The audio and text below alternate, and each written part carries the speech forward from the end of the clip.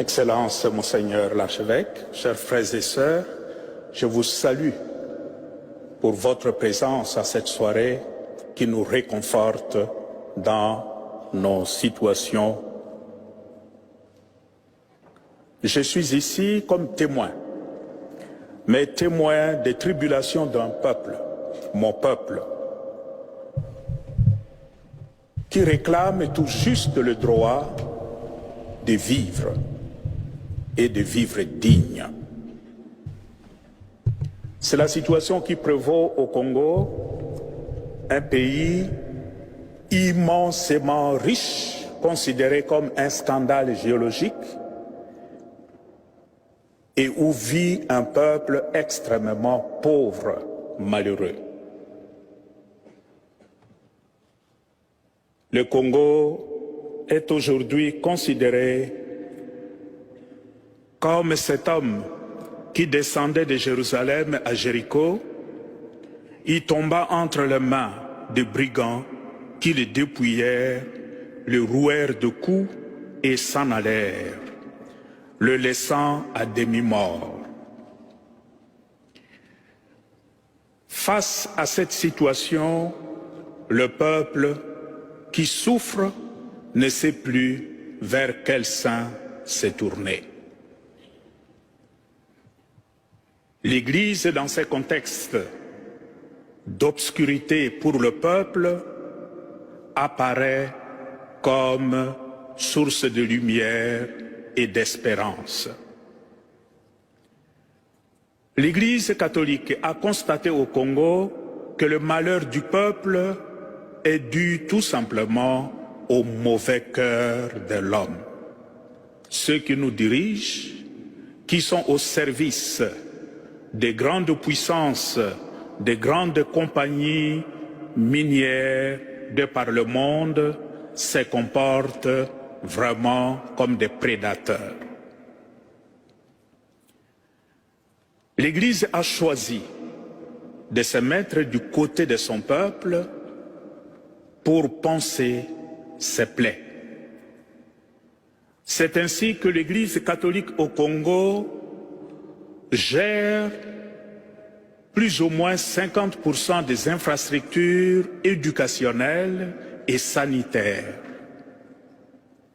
Sur le plan sociopolitique, c'est encore l'Église catholique qui a aidé, qui a accompagné la classe politique à trouver un accord, dit l'accord de la Saint-Sylvestre, et qui a rendu possible les élections qui viennent de se passer.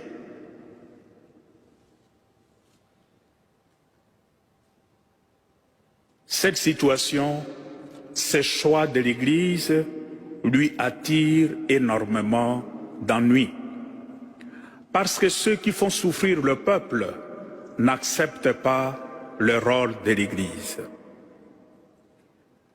Nous avons enregistré l'année passée plusieurs morts lors des manifestations pour la démocratie des hommes, des femmes, des enfants qui réclamaient juste le droit d'aller voter.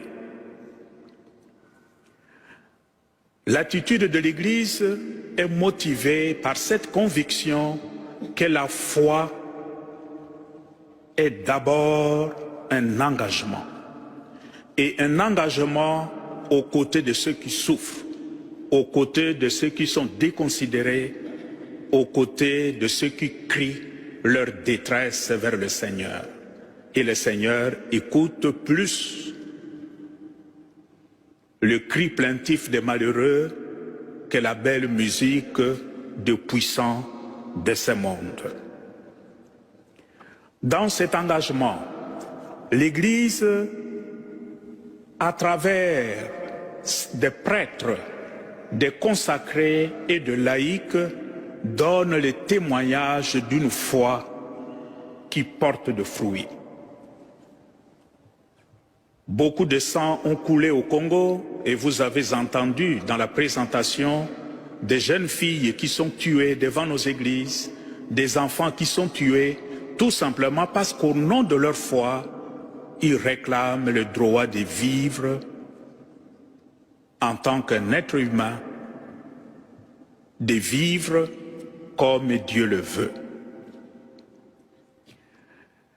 Je suis ici au milieu de vous pour demander de continuer à nous soutenir dans notre combat pour plus de dignité, pour plus de considération pour l'homme congolais.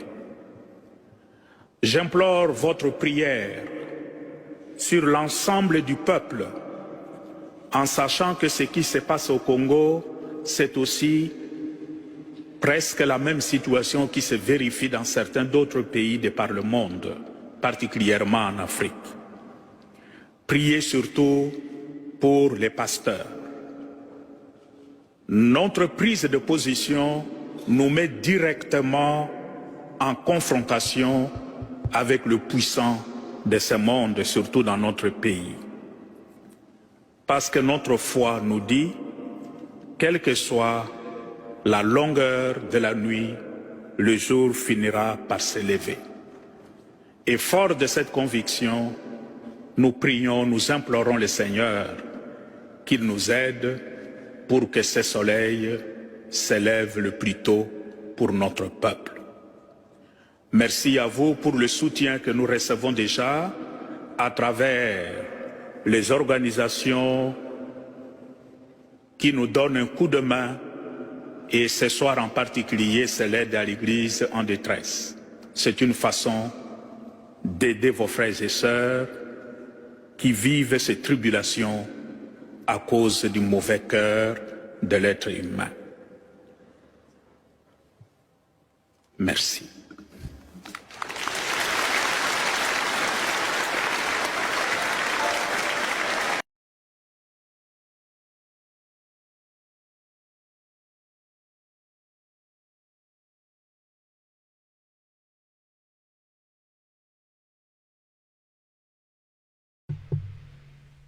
Voilà. Voilà. Bonjour, Topé, bonsoir. Peuple congolais, ça dépend de l'endroit ou du millier. Bokolanda Bisso, en tout cas, na info expliqué à Lelo. Comme vous savez, la situation politique du pays nous interpelle tous. Chacun là où nous sommes, là où nous vivons.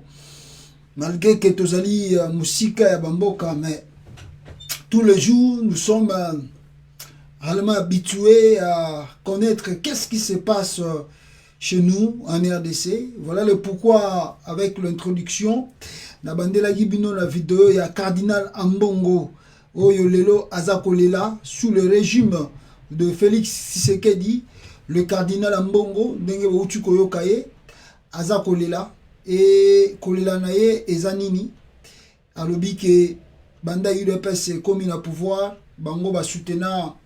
Vous savez, Papa Etienne Tshisekedi wa Mulumba. Mais malheureusement,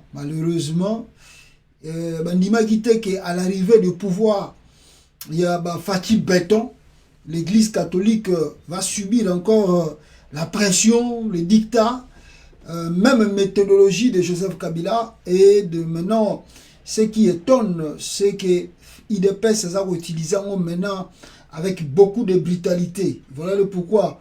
Beaucoup de Congolais disent, bon, peut-être Etienne Tshisekedi était parti, mais à Kendai Nabornae, parce que je ne crois pas que de son vivant, Etienne Tshisekedi peut permettre à un membre de l'UDPS de faire, de menacer ou d'injurier le cardinal Ambongo. À Bengalo la partie de son vivant. Parce que Père Wana, non, parce que Ayebi, pour Etienne Tshisekedi, au monde, en tant que politicien à Kala, Ayeba qui valeur, il y a l'église catholique. Pour ma pression mingo et bandeko le Kanaka Tamboka, je ne peux pas vous mentir, si ce n'était pas l'église catholique, même Etienne Tshisekedi, Azalaki n'a mal de positionnement pour la bitumba et politique à RDC. Mais grâce à l'église catholique, Etienne Tshisekedi a pu résister. Il y a eu un moment, sans l'église catholique, l'UDPS était faible, complètement faible. Mais Etienne Tshisekedi, azalaki na mwa dignité tala elle moko kutu biso ndeko kamwa soki eloko linge salama mais Etienne Tshisekedi azako insister basango basala yo parce que azalaki na valeur bandeko pesa bango mwa je dirais, moi, respect, on a dans le sens que Ayabi ke Batouana. Non, côté Moussous Bazan, la logique na bango, oh, Bazo sa la bitumba Congo, nous devons le respecter. Maintenant, le fils, moi, on a eu pouvoir, binomo boyebi pouvoir, l'angondenga, luke, l'angondenga, zule, ango. Aujourd'hui, l'église catholique ne pèse plus. L'église catholique est comme calomniée, injuriée, menacée même la résidence civile. Ah! Habiter, le rôle à un moment n'a pas qui pouvoir te. Moi, je suis bizaleli na yezate. Pour moi, na yé marambazo sa la biso. Ezole ke la mututu. Ezole ke la mututu. Peuple congolais. Alors, Togomega Kolobela, grand sujet, grand dossier dans l'actualité. Le long de Mboka, Ezali bloc anti-Félix Tshisekedi Oebini, Binotu Momoni Yango. Na bloc wana, bande konangai, il y a Martin Fayulu. La image que tu sais au monde qui yango c'est initi na zone qui c'est la bino yango. Martin Fayulu Madidi, il y a Adolphe Muzitu. Il y a Jean-Pierre bon, pas Bemba, Bemba est entre parenthèses, mais tout le monde communiqué moko uti koko mama. Jean-Pierre Bemba na photo, akutana yina ambassadeur des États-Unis. On va voir. Et puis tozalina Moïse Katumbi Chapwe, yepa koti, Francis Kalomba lingaka meka kosala moi Discord. Bango na parti na bango na ensemble bazongi sous Francis Kalombo lanzela bisie que non. Oyo maître Papimba qui a kende ko sala kuna, il est parti au nom de l'hierarchie, batinda qui est pour la pression. Ah. Bon. Alors CLC azali na kati Senko. Ah boyebi que Senko est différent na CLC, mouvement de pression CLC, ezana kati. L'église protestante SCC en sigle bango balobi kutu balongwe ba se désolidariser na si confession religieuse oyo ba porter ki candidature ya Denis Kadima na bango na seni.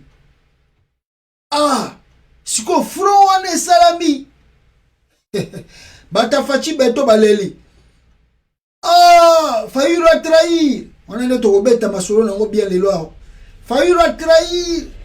Omoni ya oh Fayulu yewana kena Kabila tonde kwa bisabino nini Kabila za muta Félix Fayulu plutôt za muta Kabila toyebaka na biso ah boyebaka na bino tobeta masolo wana wa peuple congolais bande konanga boza kolanda ngai na info expliquer ya lelo po lelo tokokende moi calmement to solo la très bien.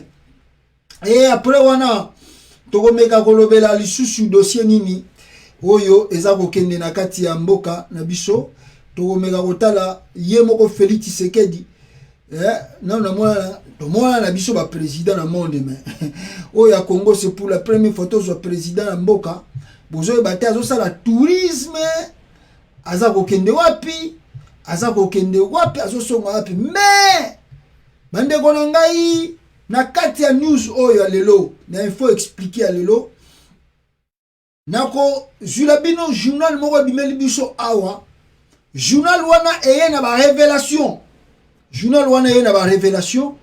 ba révélation nini ba yenango liste civile palais voyage ou la vie de Pacha du roi Félix bomona yango awa nako bimisa bino ngona kata journal bomona yango très bien liste civil, il y a Félix Tshisekedi, palais, voyage, oyoye a effectué na libanda ya mboka et banda comme président, Bogomona, et là on est dans ya Malunga, et si à Sali.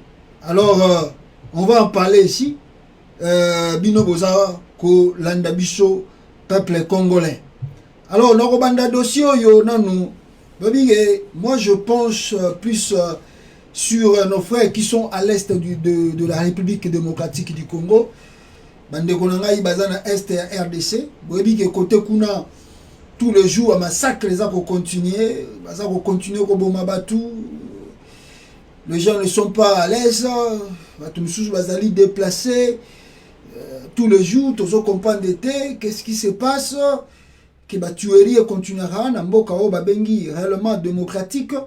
Alors batbaza ko kufa bozoye bate, est-ce que vous avez un gouvernement responsable qui regarde un peu la situation de la population ndenge yango eza kokende, ou vous n'avez pas un gouvernement responsable oyo aza kolandela ba réalité eza koleka na kati ya mboka. Mais la grande question est que si on avait un régime totalement responsable, je ne pense pas, bande konangai une minute, voilà, je ne pense pas que tokoki kozmona oyo biso toza komona avec Félix Tshisekedi que bande konaye baza kokufa, alors mais ye moko président aza kosala na ye voyage sur voyage, voyage sur voyage oyo toyebi te, aza kotambola monde entier pour asala tourisme to ya solo aza kokende kolukela ba congolais ba investisseurs, parce que pour na bango koluka ba investisseurs ils a faut aussi sa monde entier otambola mokili mobimba pour ramener ba investisseurs na kati ya mboka. Alors est-ce que ba voyage oyo yazo sala libanda oyo yazo continuer banda ki yango ti lelo esi la raté ou a commis na 106e soki 106e voyage, et si ememi eloko na kati ya mboka, et si échanger ba donne na kati ya mboka to eloko ezati. Alors webi ke soki azoke luka pe minduki ngana bino to ebite, mais voyons voir nazoti la bino eloko moko awa boyo kana témoignage ya mwana mwasi moko sœur moko aza côté ya est ya République apesi témoignage oyo ye à vivre na ba massacre oyo eza kosalama na partie ya est ya Congo. Bolanda na témoignage ya concert oyo tozonga na bino awa sikala mingite. Suivez cela. Asas. Asinitafuta. Mimi nafika pale kubalabala kusema nilamushe bakiana. Mimi naona gari ya MONUSCO inashuka na bamere na bakiana na bakiana na mwakasuku. Njo sasa banafika ku mlango bakiana nangu bana gonga mlango nafungiwa. Ilikuwa vender. Banafika ku mlango banabomola mlango nakatala kubomoka, banaenda fasi ya gari ya MONUSCO. Banaongea na MONUSCO. Banarudia tena ku mlango. Sasa mimi nasema ni kazane niende tu niangalie kama iko je. Njo mimi naona banatosha kule ule mwanaikalaka hivi iko na bunduki hivi. Anapuliza ku mlango ya pili kutoka kubakiana. Mimi nasema iko hatari. Mwenye alikuwa shoferi ya gari ya MONUSCO anageuza hivi gari ile mwangaze ikaniangazia.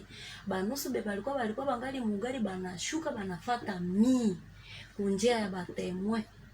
Njo bana nikifata kabisa, kumbe MONUSCO haikukimbia.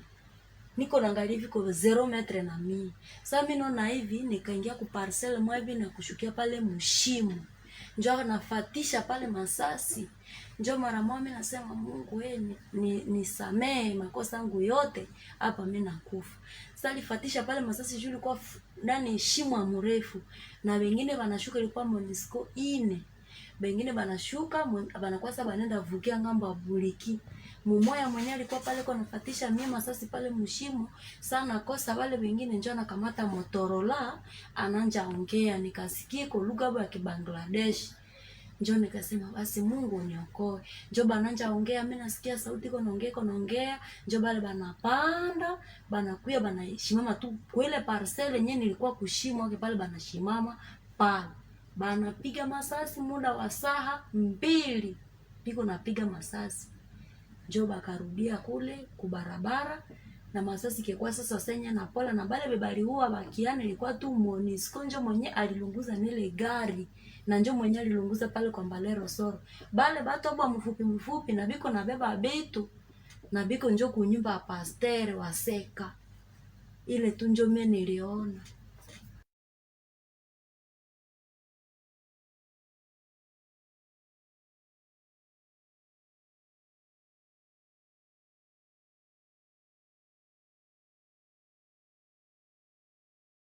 Voilà, peuple congolais, je crois, Bolandi, notre sœur oyo auti kopesa témoignage ya bango baza ko vivre na est ya Congo, la République démocratisée du Congo.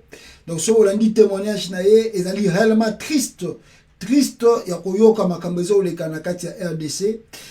Bandeko na ngai, y a rien à dire. Vous comprendre baki bandeko bayoka ka Swahili nasir soko tuni bango bako interpréter yo bako ebisa yo que notre sœur a témoigné banani oyo bazali sima ya ba makambo eza koleka ndenge ndeko na ngai congolais averti auti kokoma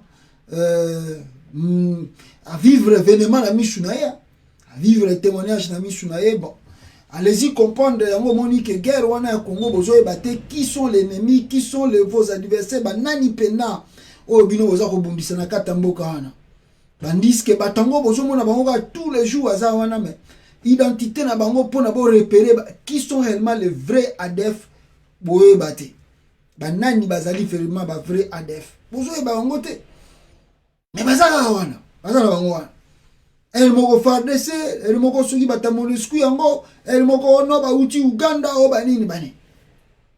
Donc on comprend pas, c'est un peu compliqué de maîtriser la situation de ce coin, mes frères et sœurs.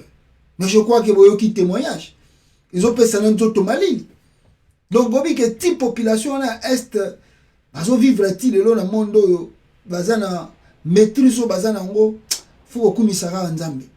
Pour ceux qui na maîtrise, je ne crois pas que vous pouvez résister face il y a puissance parce que bateau entouré bango baza puissant bakanga bango te baza puissant baza na mbongo baza na forme nyonso tout, c'est eux-mêmes qui achètent basomba ba machette bango moko ba pesa ba tumsu machette, donc ils sont puissants. Mais ceux qui vivent notre population là-bas ezamawa. Mais toujours bayango awa bandeko na ngai, si nous étions dans un pays oyo balobi ke mboka oyo mu continent ngo bazali au pays oyo bazo se respecter makambuto ezo kende très bien, moi je pense que Mbele déjà président de la République nokoyo waka témoignage oyo notre sœur auti kosala awa, il voulait se ressaisir ou se saisir du dossier pour na ba bengisa ye tonton na ba service de renseignement pour na ba meka koyoka ye makambo ye avancé makambo oyo ye alobi eza vrai to eza faux. Bon, la RDC, bon, on ne comprend plus rien, chacun fait des choses à sa manière. Allez nasuka baye balobi na bino que non, le président, vous savez, le président cherche le bonheur du peuple, le président, vous devez n'est-ce pas avoir la patience parce que boyebi pour nous sala yango eza facilité président. Alors comme ça tout le monde aussi est tranquille, dit bon, le président travaille. Alors travailler na ye totika ye kaka ti mukolo ya kosilisa akozula bino solution pour mboka. Mais tandis que la population congolaise continue de subir le malheur. Alors, Mikolo uti kolekawa, to sala ekibino live, to lakisa kibino ba diplôme awa ya koza soki honoris causa, Félix Tshisekedi auto yokozwa. Lelo o eza même balaye, batebele balakisi ya Bakimbuta, balakisi ya Kabila, azwa yango na Chine. Ba pesa ga une université mo na Chine. Balakisi kutu soki Barbara Kanam auti kozongo so une université mo boya na Californie. Ah, obi na talib na université ngo. Oh babana kana ba PCP diplôme ya honoris causa soki honoris causa na buka ina oseka nga mo na bi ah zambe oh na so ina Californie e botika ba vantine na bino Californie université oh na moniteur atali ka ba professeur on université on ga bona tali bona na bi laisse tomber de botika ko sabat. Donc bino bo mona yango université au Félix Tshisekedi ba PCA to meka ko sala débat sur yango et toyo conclut que eza nango collège eza logo la ba institut supérieur bon eza logo la ba IBTP to lobela ki yango. Mais la grande surprise boyebi bino nyonso que Félix Tshisekedi azali na Jérusalem azana Israël akende kuna pona kende kotambola. Alors eloko moko oyo asali kuna tozite tomoni kaka ba photo bandi ko bimela biso na Facebook. Oh, akutani na mutu boye Fachi Beton, akutani na Intel Fachi Beton, azo sala makambe bele boko kamwa bino bochecha tembe na Félix Tshisekedi. Boyebi teke ye azo soigner relation à Congo parce que Congo ebumbaki na monde international. Donc grâce à Félix Tshisekedi, Congo azo zonga na monde international. Bozela boko kamwa makamunino Félix Tshisekedi azo sala. OK, toko kamwa tozo tala. Mais image moko yeli biso d'abord ya liboso. Ezali image ya ye Félix Tshisekedi azalaki na Israël kuna na Israël kuna batelemeli batu moko boye batelemeli batieli tweet o bogomona Félix Tshisekedi, President of Democratic Republic of Congo, is visiting Israel, the first for a leader of this country since 1985. Can reported and someone put up sign protesting in relation to this in Jerusalem. Alors Félix Tshisekedi ayeko kuta kuna bachelie mama na pancarte po babina yeke aza ko soutenir antisémisme, séisme, attendez, je vais voir ça. Photo na bachelie oyo bache na se pont wana babisi yeke azo soutenir régime anti bon wana po moni peut-être pe ba côté kuna ba misima pe bazala trop faisala ba onde ba komiango. Donc babina ye azo soutenir régime antisémiste corrompu. Donc Félix Tshisekedi a soutenu le régime antisémiste corrompu oyo ezali na Jérusalem. Yango na batiela ki photo wana. Donc ezali lokola basala ki manifestation contre arrivée na ye na Jérusalem et plutôt na Israël, peuple congolais. Mais tout le monde moba image para kutana ki na président ya Israël. Bon boyebi président Israël eza lokola Allemagne.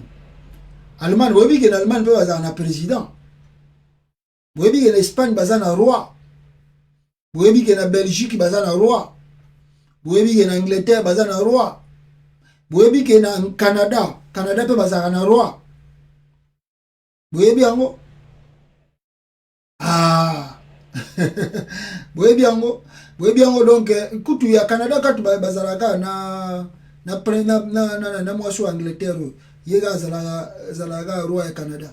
Mais bazala sou na titre mo boye pe monsieur zalogo la président. Donc président Israël azalogo la président ya azalogo président Bogani. Azalogo président Allemagne. Azalogo la titre mo boye honorifique. Mais le pouvoir se repose sur le premier ministre. Peut-être pas congolais bingi ba yeba ngote. Le pouvoir en Israël, ce n'est pas le président. C'est le premier ministre israélien qui a le pouvoir. C'est lui qui dirige. Donc c'est comme en Angleterre. Donc à tout coup, dans la reine d'Angleterre, le pouvoir se trouve entre le premier ministre. Aucun Espagne, aucun roi Espagne, le pouvoir se trouve entre les mains. Il y a premier ministre d'Espagne. Au y a la Belgique, le pouvoir, c'est entre le premier ministre de la Belgique. Donc, c'est-à-dire, rencontre au Félix Tshisekedi à Sali, il y a un roi, ou plutôt président, il y a Israël. Et ça, simple rencontre. Simple rencontre. Oh, bah, Sali, moi, échange, le hymne national, les bêtis, mais tout le monde hymne nationalité. Bayambiye bavandi basololi kaka na mwa cadre ya courtoisie banini histoire eleki nango histoire ici. Maintenant Félix Tshisekedi, parce que le voyage là-bas, le voyage était pour 5 jours s'il vous plaît mes frères, 5 jours. Félix Tshisekedi fallait aller en Israël. Alors on nous a balancé des images ici. On a balancé les bino. Bon, on a bino moko. En tout cas, ata kutu basala ka tourisme yango na ebite biso na Congo so to sala nzambe nini pona moni batu pena balobi nzambe to sala oni. Regardez Félix Tshisekedi en Israël là-bas. Ça c'est Fachi Béton. Oui bon, Congolais bino bozo kanisa ke ngai Fachi Béton nazo travailler te bozela nazo lakisa bino nini nga nazo travailler makamni naza ko sala pona bino bomona bino moko ba Congolais makambo yo nga na yaki ko luka pour que mboka wana e avancer. Bon, ebisa bino ke na ozana Israël. Pour Israël kuna funa na kende ko ebisa ba hébreu. Mondo na habité nzambe na habité Congo esala ba monde nini quoi. Wana Félix na kata Israël kuna. Wana bozo komona. Elongo Félix Tshisekedi na image wana bomoni peuple congolais. O bomoni Félix Tshisekedi wana kendaki na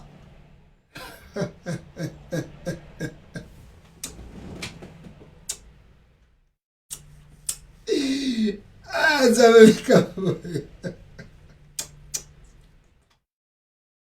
ce n'est pas possible, mes frères, c'est pas possible, c'est pas possible, c'est pas possible. Ah, ce n'est pas possible, mes frères. Ah, Nganzambela, photo na Alexis Bino. Babiono, Fachi Béton, akena ina journée. Babina akena ina journée. Akena ina journée, osa nini na journée. Oh ye, akenda ibisika babatisa ki Jésus-Christ. Na mai wana babatisa ki Jésus. Félix Tshisekedi akenda kata la mai yango.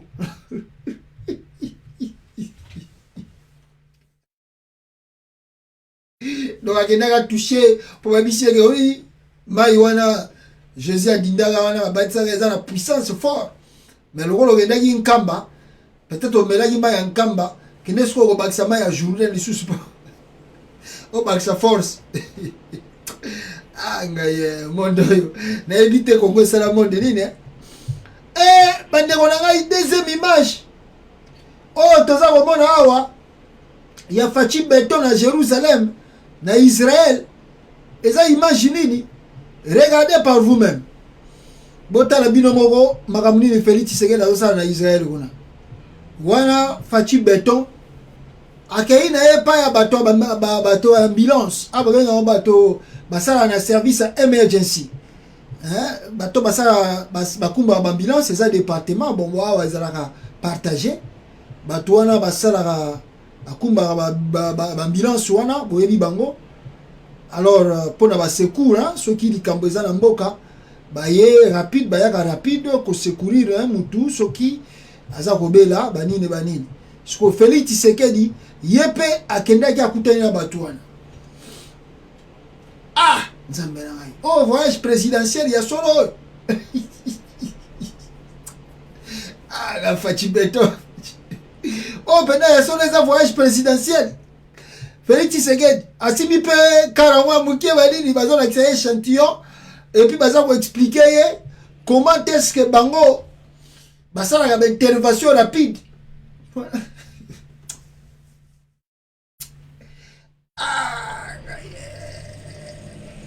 le Congo, je sais pas. Hein? Je ne sais pas qu'est-ce que je peux dire. Yeyo, le même Félix Tshisekedi, alati même, bon, Félix Pena, Félix, on dirait moi un pototé, Félix. Ah, non, oui, quand on va en Belgique, il y a Poto Félix, avant ici, c'est combien des années, moi je ne sais pas. Mes frères, ça m'étonne un peu. Ça m'étonne parce que c'est quand même étonnant. Moi, avant de Poto Pena, à quoi ça la Makambloko, la Félix, ça étonne. Bota la lati, borwana jaune. Borwana jaune, balata ango, soki, ozoke ne musala, au communauté nabisika moro boye, il faut bosser la service. Alors il faut quitter bolati ba hein faut pas nous bloquer par exemple balabala pour na mituke les kate ils ont l'accès que bozo sala musala côté wana Félix abatiango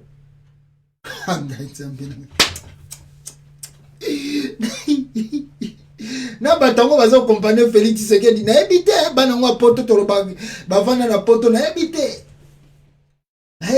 boro ya jaune balata ngo souvent que bo comitant bo ça la urgence pour ko permettre circulation ne bino boza ko encadrer pour bo évacuer mutu na bino boye alors bo tie wana ba chaka ba kitisi ba bino mo le ba piquer mike ba tie na ba coin après bolati ba bloc wana jaune pour surtout na butu hein et ko permettre que camion zo leka et mona na moi il peut balata rango pour permettre que mutu wana aiba que non il y a quelque chose qui se fait là-bas mais tant là au président de la République qui a la tiangopé ngaye na bana ngwa poto pena ba entouré ngo Félix Tshisekedi na ye moko pena ye mo Félix mutavanda soki combien les années na Belgique wana do ayebi ne ba service mususu tenenge sala kwa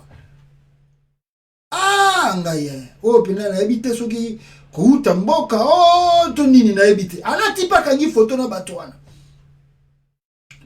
bazali simple batu ya urgence bazalo ko la ba sapeur pompier kututé baza ba n'habite so non je ne pense pas que n'habite so baza ba sapeur pompier à Israël mais moi je crois que baza mingi batu ya nini bon peut-être ba sapeur pompier pour camion na bango pe na si maison on a bien té so ba sapeur pompier ou bien bon je pense que peut-être mais n'habite que sapeur pompier balata ba tenue wana ya bleu ya plutôt ya pembe boité bon je ne sais pas ce qui va sapeur pompier ou bien nini suko Félix Tshisekedi wala zani coopération agene ko signer la bango a signer la bango coopération pour bango ba ko pesa training ba ko enseigner ba sapeur pompier Congo ndenge nini ya ko sala ko sala urgence to I don't know nazo comprendre te bino bo expliquer tanga i peuple comment nazo comprendre te suko yo Félix Tshisekedi a visité bango eza pour sala na bango nini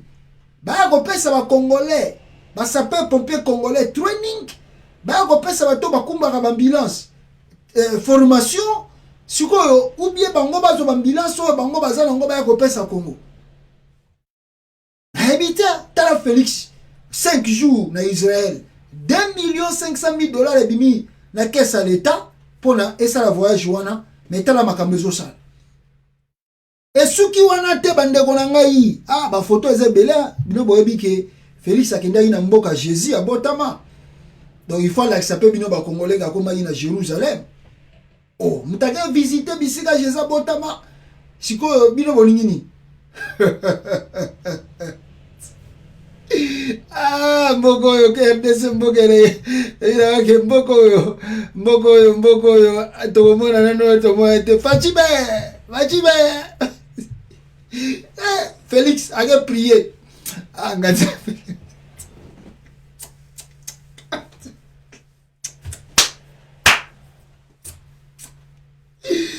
Guys. Pardon Seigneur sunga bisopo. Makambo Félix a ça na Congo. Non, dis jamais vu quoi. Dis jamais vu. Dis jamais vu mes frères, je vous dis que c'est du jamais vu. C'est du jamais vu. C'est du jamais vu, je vous dis, c'est du jamais vu. Félix a qu'à mis la lamentation. A qu'à prier. A qu'à prier. Ngai. Si go yo, mituna. A qu'à sambela a qu'à prier pour na ye, pour na famille na ye. Toi qu'à sambela pour na Congo. Félix est parti prier pour lui, pour sa famille ou bien pour le Congo. Là, je ne comprends pas. On ne comprend plus, on ne comprend pas. Prière, on a ça, on a mis la lamentation, on a.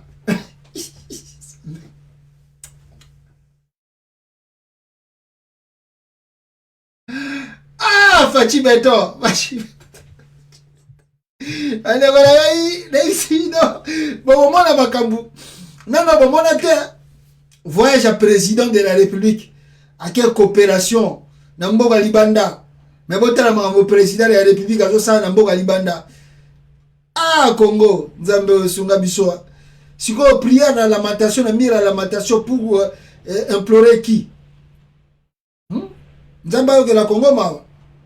Donc Félix Tshisekedi a consacré Congo na maboko Nzambe na mira la lamentation.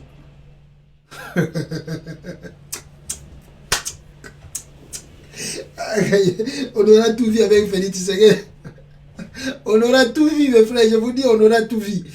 Et ce qui wana te, oh, Félix Tshisekedi ya komaki na Jérusalem. Je crois voyage à Jérusalem. Il faut clôturer mais wana te. Il faut Félix Alexabino keye ayaki na Jérusalem. Bande konangai. Bota la image ya Félix Tshisekedi kuna na kati ya Jérusalem. Bota la bino moko. Boko comprendre eloko nini mwana mobali wana aza kosala kuna. Botala makamunini Félix Tshisekedi azosala na kati ya Jérusalem kuna grave. Grave, je vous dis grave. Peuple congolais, fatu béton na Jérusalem kuna à part kozanamira la lamentation akenda yesusu kotika jebe de fleurs na ye bo bato babi na ngaka atika yango liboso ya nini liboso ya tomba Jésus.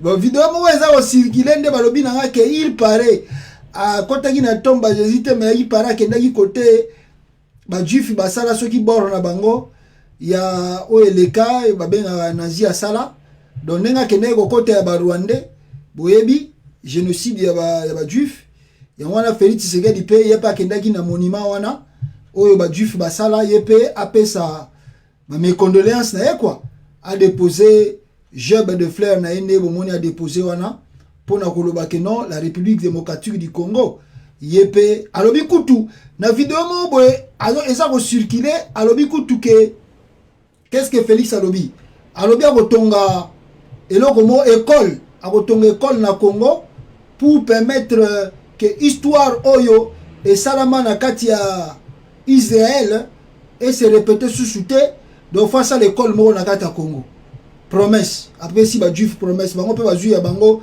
ba juif pe bazui ya bango donc kadosha donc fati béton ya sala na te côté ba promesse a promettre bango que a kotongela bango bord no bona king na très bientôt awa attendez na lugana vidéo yango rapidement wa bande ko ngai en attendant to sala live oyo na yo kisabino kaka oyo Félix Tshisekedi a promettre ba juif kuna na Israël abina bango bazala calme ye a kotonga bord moko kala mingi te pona permettre bango babo sanaka te.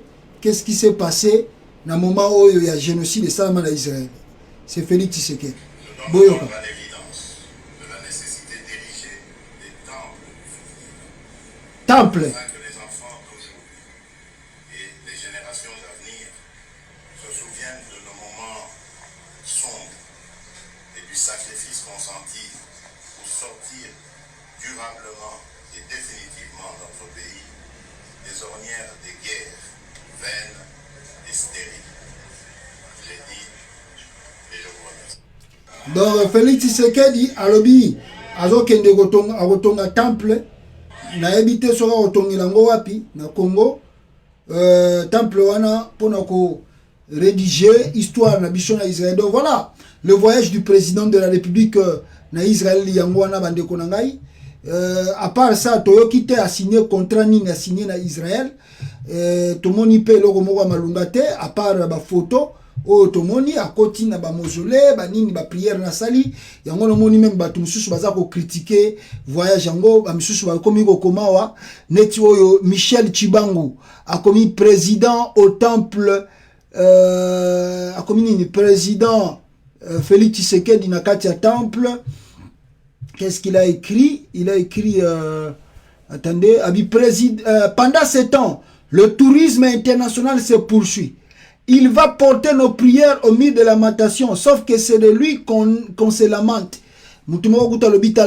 Félix Tshisekedi, les gens se lamentent de toi, mais yo, aucun ami de lamentation, aucun kosenga ba prière. Donc, aucun bon de la pona nengo Gisèle Mpela, aucun bon de la pona Bishobi, aucun bon de la pona Yomoko. Alors, cette kikouni de sa part, à Bakissi Alobi, vous dépensez 2,5 millions de dollars de frais d'émission par voyage, mais vos enfants ne vont pas à l'école. Et vous justifiez en disant que vous cherchez l'argent. Vous cherchez l'argent gaspillé par vous-même. Voilà cette kikouni, gaspillé par vous-même. et des partenaires qui ne viendront pas pour des raisons évidentes. Quelle irresponsabilité! Wana set kikuni mutalobi yango. Quelle irresponsabilité de la part de Félix Tshisekedi, parce que ma photo mususu toza nango ça ne sert à rien à l'axabino yango bande konanga, ça sert à rien, c'est quand même trop un peu ridicule pour nous peuple congolais. Boyebi que toza na ba média balandaka biso partout comment na ba ima biloka boye, ça nous fait pas du bien. Ça nous fait pas du bien que président Mobimba Mboka a ça na eka voyage moko dans le vide et a dépensé plus de 2 500 000 $ juste pour un voyage wana, mais à la fin de compte et memi nango ata bénéfice moroté pour to qui peut contrater pour ba o ba meka ko signer na ye awa ba signaki à la fin de compte ata mutu moroté abimisa pour na alandela yango. Alors maintenant la ligne là l'axabino est le mot très important parce que de ça qu'on parle, mais avant la kisa yango au moins dit Félix Tshisekedi à l'axabino va voyage na to salia. Mais la ligne là l'axabino skoyo quand un président a voyager. Quand un président a voyager, vous allez remarquer la différence ici. Joseph Kabila arrive à New York. Joseph Kabila arrive à New York. Regardez comment, plutôt à Washington, comment Kabila a été accueilli à la Maison Blanche. Wana tangunan babandiko nukakochele ba sanctionné. Wana na moment oyo azaki na bon terme na relation bien avec les États-Unis. Regardez comment Kabila a été reçu à la Maison Blanche.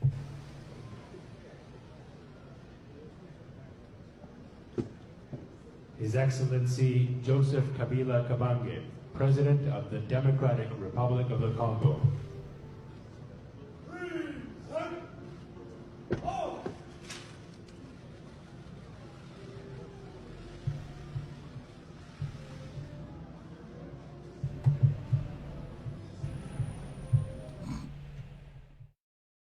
Voilà. Wana Bomoni, c'est Joseph Kabila reçu à la Maison Blanche. Rien à justifier. Tant président, il y a Azako Tambola, Nakata Mokili. Moi, dignité, moi, respect, wana, et ça l'ira bien. Mais oh, il y a Bicho, il y a Congo, Félix Tshisekedi, la façon dont il marche, il n'y a même pas du respect. Bazako Pesa, Naïgar Naye, Azo Tambola, Nega Bitambola, Tambola. Et à la fin des comptes, il n'y en a même pas. Il n'y a même pas ce que vous pouvez appeler comme signe positif. Il y a retour à voyage, il y a président de la République. Mawatro. Ah, ngaba taliban, Mawatro. Alors, peuple congolais, na ebisibino en titre awa, na ingila laksabino le voyage ou bien un journal qui nous relate le voyage de Félix Tshisekedi Oyo Asali na Libanda. Est-ce que ezali payant? To ezali nango juste traîner un peu la diversité et que cela ne produise rien. Et en part cela, comment lui Félix Tshisekedi s'est enrichi dans 3 ans Oyo presque Azali président de la RDC. Alors regardez dans ce journal le titre. Si vous regardez le titre de ce journal, beaucoup remarqué awa bakomi yango peuple congolais, bakomi liste civile, palais, voyage ou la vie de Pacha du roi Félix, du Pacha du roi Félix Tshisekedi. Et là konini bazako banabiso na journal Oyo peuple congolais. Je vais m'arrêter à par là et on va lire ensemble rapidement. Et là, on a relaté biso na journal Oyo. Balobi na biso boy. Depuis son accession au pouvoir, Félix Tshisekedi mène aux frais du trésor public congolais une vie de pacha. Par ses très nombreux voyages, le président congolais qui a décrété une gratuité scolaire introuvable aura au moins eu le mérite de permettre à tous les enfants congolais d'accéder à la géographie et à la connaissance de toutes les capitales. Dans la vie, Félix Tshisekedi doit décréter qui gratuité scolaire, alors, mais à travers ma voyage, Les Congolais vont découvrir la capitale du monde. À Kinshasa, un nouveau palais présidentiel est en cours de finition.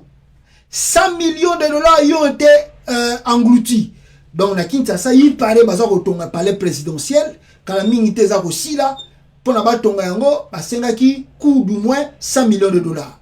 Le maître du colbat, du cuivre, du nobium, de la tantalite, du lithium et de minerais le plus rare au monde peut bien s'offrir un peu joyeux digne de palais de Samarkand, de jardins suspendus de Babylone ou de temples de Luxor. Rien n'est trop beau pour le roi du Congo dont la liste civile dépasse celle de plus grands souverains du monde. Wana bazoloba, Félix Tshisekedi, président, makambo déjà zosala déjà.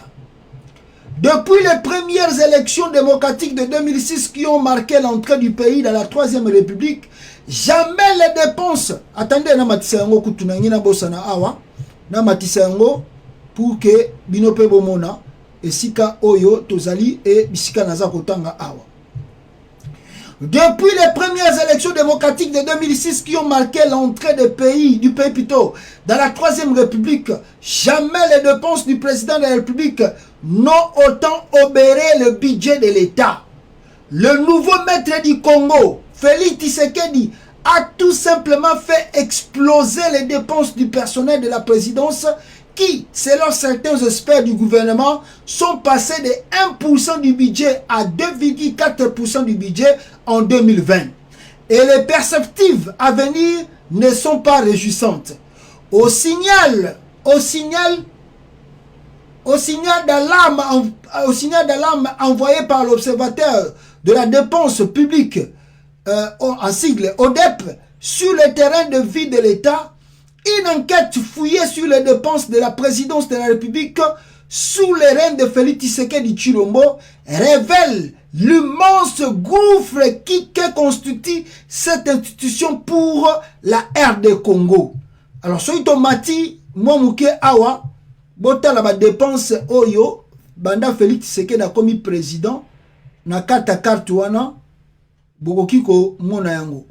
Wana ba dépense tout ba rénuméré, oyo banda Félix a commis président azako sala. Alors soyo bokiti le projet de loi finance de l'exercice 2021 déposé par le ministre du budget indique que la présidence congolaise est devenue une mangeoire où chacun trouve attendez, voilà, le projet de loi de finances de l'exercice 2022 déposé par le ministre du budget indique que la présidence congolaise est devenue une mangeoire où chacun trouve de quoi rassasier son appétit. Les prévisions budgétaires déposées au Parlement donnent les détails par section, rubrique budgétaire et chapitre de dépenses de la première institution congolaise. 30 millions de dollars pour les dépenses couple présidentiel congolais. 30 millions de dollars. Alors, Balobi Boy. Une observation tentative de la vive ventilation des dépenses indique que les députés vont allouer seul roi Félix une liste civile digne de plus grande cour européenne. Au titre du chapitre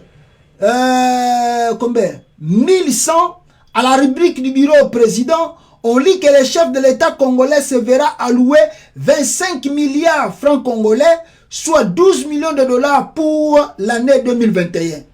Les amoureux du football observent que Félix Tshisekedi touche l'équivalent de la prime annuelle versée par Chelsea à son attaquant vedette Romelu Lukaku.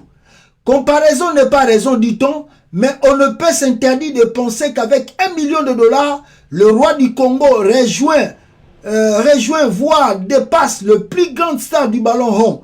Quant à son salaire du chef de l'État, il est versé dans une autre rubrique qu'affiche un modeste montant de 340 millions de francs congolais. 340 millions de francs congolais. Voilà un salaire à Félix Tshisekedi à Zouaka. 340 millions de francs congolais, soit 170 000 dollars ou 170 000 dollars En réalité, cela correspond au salaire du président Emmanuel Macron qui s'élève à 15 203 € bruts par mois.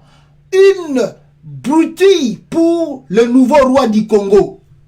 Outre la liste civile, Botala, Oezaroleka, et pas ya Félix Tshisekedi, Nenge Anda commis président de la République. Outre la liste civile en 2022 plutôt, le couple Félix Tshisekedi Denez pourra également puiser dans un fonds spécial d'intervention de 35 milliards, soit 17 millions de dollars, logés au cabinet du président. Disposant d'une enveloppe officielle de près de 30 millions de dollars, le chef de l'État et la première dame peuvent voir l'avenir à l'abri de la gêne. Quant au cabinet du chef de l'État, ses effectifs ne cessent de grossir qui, pour l'exercice 2022, affiche une augmentation des personnels qui atteindra 1096 cadres et agents. Son seul fonctionnement devait coûter 55 milliards, soit plus de 27 millions de dollars, auquel il faut ajouter le rémunération qui observe 93 milliards de francs congolais, soit 46 millions de dollars. Ah, Félix Tshisekedi. Ayagi penapo ala kisabino keno. Bonde kolobo kabila ibaka. Bo zela suko bo mona ba dépense à président ndenge zalaka bien. À titre de comparaison en Belgique, où le PIB par habitant avoisine 40 000 $ habitants, le terrain de vie du chef de l'État est bien plus modeste. La liste civile du roi s'élève à 11,500 millions d'euros, sur laquelle le souverain belge touche 370 000 € pour ses frais personnels et ceux de sa famille. Aucune allocution n'est prévue pour la reine Mathilde. L'ancien roi Albert, il reçoit quant à lui un modeste salaire de 15 500 € mensuels. Aux Pays-Bas, le roi William Alexander touche un revenu personnel annuel de 998 000 €, soit 83 163 € par mois, et un budget de 5 millions annuels a été voté pour payer son personnel et ses dépenses privées. Son épouse, la reine Maxime, touche quant à elle 33 000 € par mois et bénéficie d'un budget de 659 000 € pour son personnel. La reine wana bazo betara bambongo batoyo bazwaka, je sais pas si vraiment c'est oyo tozoloba. Alors au royaume du Grande-Bretagne, mais awa oyo eza ko intéresser biso soki na mati na RDC, vous allez faire le remarque na RDC awa, qu'est-ce qui se passe? Voilà, na RDC, peuple congolais. En RDC, on vit sur un tout autre terrain, mais rien à voir avec les vieilles couronnes européennes qui vivent dans la frugalité. La liste civile allouée au roi du Congo est identique à celle de chefs d'État de Belgique, de Pays-Bas, du Danemark et de Grande-Bretagne. La comparaison s'arrête pas là. Petit chic, la RD Congo trône toujours au rang des pays les moins développés du monde. 75% des Congolais vivent avec moins de 2 $ par jour. Le PIB habitant n'atteint pas 450 $ et la pauvreté ne cesse de s'accroître. Les Nations Unies annoncent que 27 millions de Congolais souffrent de malnutrition, par lequel 3 millions de jeunes enfants de malnutrition aiguë. Alors, dans la liste Oyo Batie, il y a 43 rubriques de dépenses pour les 13 500 agents de la présidence congolaise. Alors, si vous avez la liste, peuple congolais, vous remarquez les dépenses au président, c'est ça là, tous les jours, 13 500 agents de Félix Tshisekedi Bazawa. On a des dépenses tous les jours. Mbongo et Bimawa, après, bon, ça va, Fatia Zoa Robongisamboka, Bozala Kimia. Alors, à très bientôt, Bogomo Makamboza va changer. Alors, tout le monde a IGF. Mais, oh, ils ont la présidence. Comment ils ont un côté? Parce que Mbongo peut baza ko yiba. Oh, Makambaram, ils ont un côté IGF à Wangani. Bon, mon aventure à IGF. IGF awanga na bio non moni makambo wana ezoleka kuna et comme makamba gouvernement nga IGF na kokota ngote. Pourquoi? Parce que ebi kembongo wana Félix Tshisekedi dazana kati batuni yeme na présidence de la République bazo détourner bambongo ti yo ndenge ni ozo ko enquêter kuna te. Oh non wana za domaine na ngai te IGF il faut que nous vérifier la présidence. Mais Félix Tshisekedi pille l'argent de l'État. IGF a dit non, ce n'est pas moi, moi je ne suis pas là-bas. On les a makambu mususu, nana kokota yangote. Ah, okota ngote ndengeni. Okota ngote ndengeni parce qu'on démontre ici que Félix Tshisekedi azo yiba. Yo dit que ozo kokanga parce qu'on limite bat ba yiba. Mais on nous montre ici que Félix Tshisekedi azo yiba. Parce que yo kende kuna interpeller bango rien. On est alingaité. On est alingaité. Donc on les a sous service ité et comme il coterie il y a aucun des bateaux et ça au besoin mon aïe soit ça trop dire na Félix Tshisekedi bo inventer dossier au Québec kangié et bande konangai Félix kuna baza ko yiba mbongo à l'état a ko voyager inutile entre temps la RDC et koti na banyongo ya kusakana te to koti na banyongo ya kusakana te ba banko e ba defisa ki RDC mbongo ba komi ko senga mbongo na bango ba komeli gouvernement. Le gouvernement de la RDC doit plus de 62 millions de dollars 2018-2021 aux banques en termes de différents frais liés à la paye. L'association de banques a écrit au gouvernement pour solliciter ces paiements. Le banque suspend jusqu'au nouvel ordre la paye des fonctionnaires de ce mois d'octobre. Je comprends que la besoin d'un mboka wana. Bota la bino moko makambezo na mboka wana. Bazali na nyongo ya ba banque, il y a plus de 61 millions de dollars. 62 millions, 61 millions de dollars. Oh, baza ko arriver ko futate. Ba banque pa me colère, ba bi bon. Ba komeli bango, ba bi bo futa bango na biso bo lié bozo ko soir. Payer notre argent. Bazo ninga pe ko futate. Bango ba banque ba bi lokwa bozo futate. À partir de lelo, ba mbongo pe biso ndo ko futa ba fonctionnaire. To kati yango to futa ngo pe sute poto na mbongo te bo pesa biso ba mbongo wana to ko tia yango na banque et puis to ko futa ba fonctionnaire siko so mbongo wana ezate moi pe biso to futa ba to wana ezate. Donc il veut dire dans le jour à venir o esengeli bino bo retenir ba congolais et loko esengeli bo yeba mikolo eza koya et les militaires et kaka ba enseignants o baza déjà na grève. Bataille ya onatra bazana grève.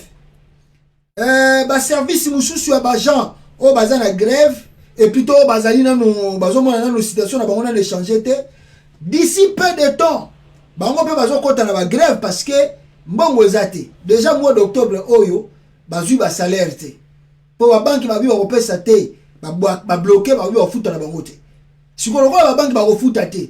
Début novembre ozande. Début novembre aux années. Mais il y a beaucoup de présidents de la République a ça le tour du monde. Diego Ka okuta kosa. A otambola na partout. A ozane ba selfie. Président Mobimba si bomona président avant da un mois tena mboka na e. Wana bozo benge président ya solo. Azo luka ba partenaire. Yango moriti batu ba vandi ba réfléchir ba bi non. Bino nde bozo yeba te que Félix Tshisekedi voyage wana salaki na Israël et bato ameki ko sala commentaire na bango balobi ke le voyage attendez na kutuna na bimisela bino eloko moko ya mutu moko amekaki ko sala nini commentaire. Il a voulu commenter sur Félix Tshisekedi na Est RDC au moment où la population baza ko la pasi nzala mboka ezo makambo ezo simbate. Lui, ancien gouverneur, il y a côté Kuna, il a voulu prendre part. Il y a côté la Félix Tshisekedi po, a dit que malgré que le gouverneur militaire bazawana, il a continué à avoir salaire.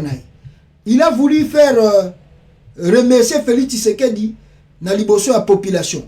Bandeko nangai boyo ka réponse bandeko yo bazana est ba pesi gouverneur wana pona webisa etala.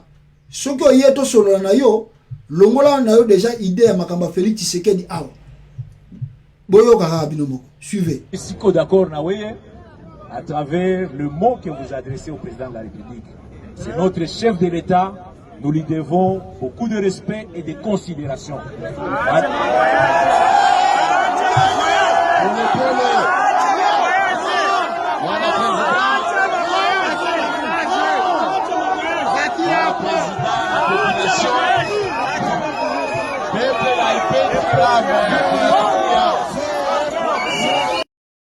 Voilà. Donc, Bilan Boyoki, Tangatanga combat Félix Abissi, Félix, Lumba Kuna, vous voyez, c'est vraiment ridicule pour Nayemo Félix Tshisekedi, pour Aïe population Congo, Babaye. Programme du chef de l'État de la RDC en Israël. Boyoka programme à Félix Tshisekedi en Israël. Lundi, rencontre avec le président israélien, rencontre avec le premier ministre, mais à côté du premier ministre israélien, rencontre du diplôme honoris causa pour les records de voyage. Visite au mur de lamentation, Bomoni photo.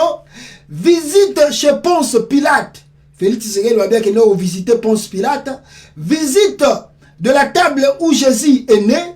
Rencontre avec les arrière-petits-fils du troisième roi mage. Indemnisation du propriétaire de cochons qui ont reçu les démons de Capernaum, dépôt de la gerbe de fleurs au tombeau de Jésus.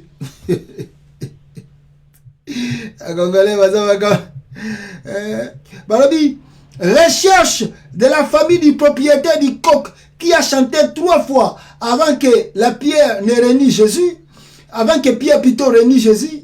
Visite de Sodome et Gomorrhe qui chutera sur la statue de Madame Lot transformée en montagne de sel. Rencontre avec le petit-fils de Zachée pour discuter sur la taxe RAM. Soirée dansante avec le membre de la famille de Marie-Madeleine. Jeudi, rencontre avec la famille de Zacharie et Elisabeth, parents de Jean-Baptiste. Et puis, pèlerinage au mont Golgotha. Vendredi, visite du mont des Oliviers, départ pour Rome. Et puis, à clôturer, ne à Okende Rome. Wana, c'est là que nous avons pour voyage et l'équipe trop. Nous avons comprendre l'été, nous avons compris nini pe azo lukani. Alors, bande konangai, bon ezalaki biloko esengeli boyeba, Félix Tshisekedi azo sala na kata Congo, et est-ce qu'il y a-t-il les avantages pour la RDC ou il n'y a pas d'avantage? Jusqu'à présent, nous disons qu'il n'y a même pas avantage à Mouké. Maintenant, rentrons dans le dossier du jour. Il y a Makasi, il y a Makamboyo, et Zakocha Mbutu Mbutu, Nakati Mboka, surtout concernant il y a Martin Fayulu. Le président Tshisekedi se sent donc mieux seul, même si c'est avec les hommes de Joseph Kabila. Ah oui, et moi je dirais même si aujourd'hui Joseph Kabila décide de soutenir les chefs de l'État, il sera les bienvenus. Encore que... pour que vous puissiez, n'est-ce pas, comprendre Oyo Eza Ko Lekakuna. Alors, qu'est-ce qu'on va en parler ici, peuple congolais, sur ce dossier? Et dans le dossier, on a une question très importante. Une question très importante. D'abord, on a plein de choses à porter contre le professeur Mbata. Le professeur Mbata, qui est un doyen de faculté de droit, qui connaît un peu la loi, qui connaît un peu plutôt l'interprétation de la Constitution, parce que c'est un professeur de constitutionnalité, comme on nous prétend, on nous dit. Alors, mais le professeur Mbata, Bande Konanga, je vous dis, Azako Salaberer, moko grave.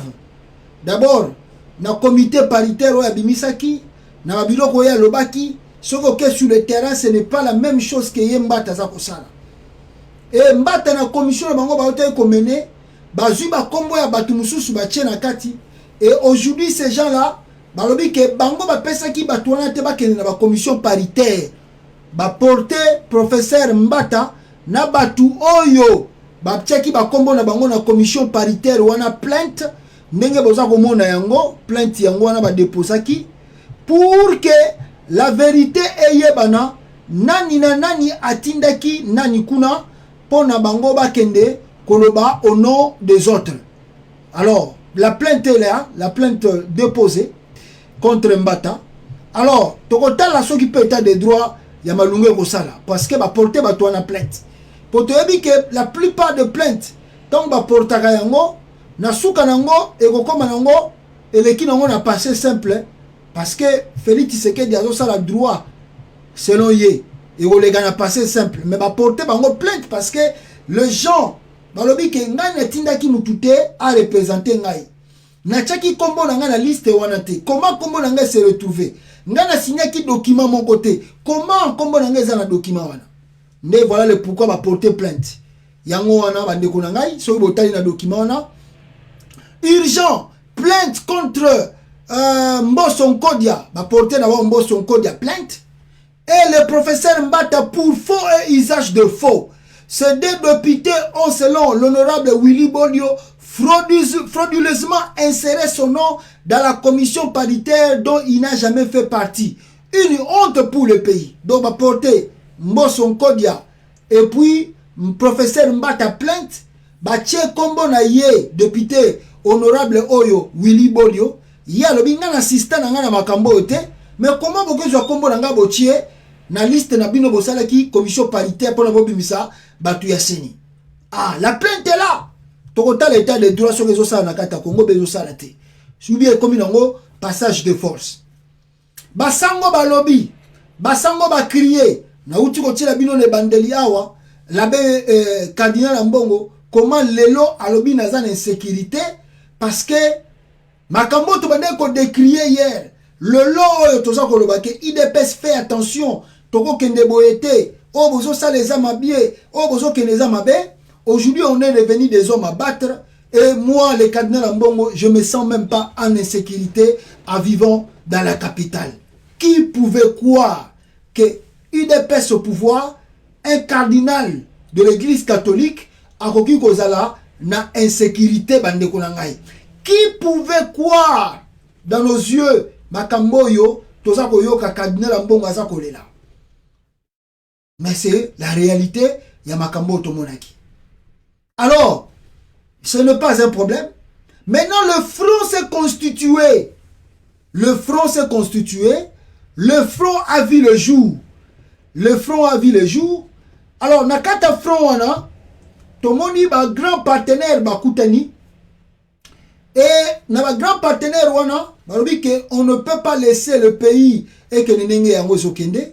Nous devons s'aimer quand même, se mettre ensemble. Mais vous avez vu, Winomoko Botangaki, plusieurs des diplomates, Basalaki déclaration, Mikolo Tukoleka, et dans les déclarations, ces diplomates ont insisté sur une chose. Bazwaki note, il y a Makambo et Salamaki, il y a élection, il y a Denis Kadima, Bazu Yango, Batali Yango, ils ont comparé cela. Bon, ils sont sur le terrain. Ces ambassadeurs-là, ces chancelleries-là, sont dans la capitale congolaise. Ils ont vu dans leurs propres yeux que Denis Kadima n'était pas réellement voté. Il a été forcé, on a forcé les choses pour que Denis Kadima soit candidat de la CENI.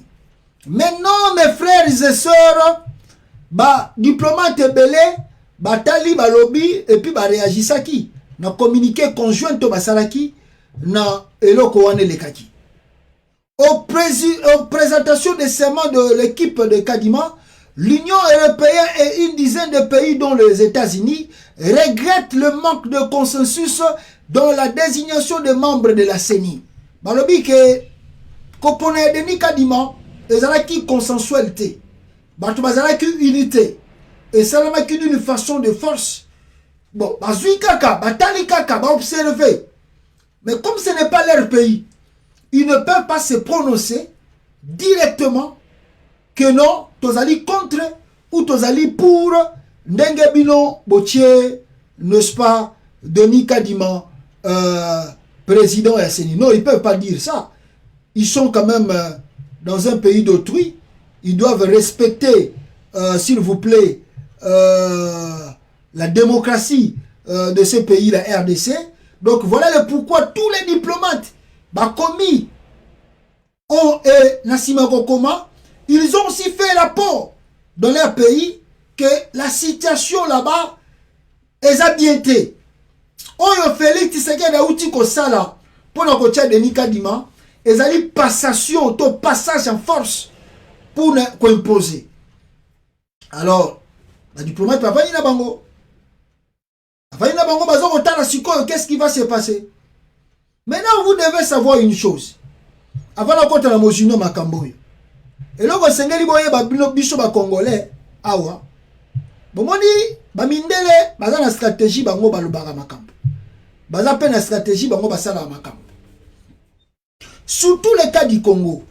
Le cas du Congo, mes frères, je vous dis, ma diplomate wana, ceux qui botali attitude, je vais répéter le coup. Regardez l'attitude de l'ambassadeur américain, Mike Hammer. Vous sentirez, il a totalement changé.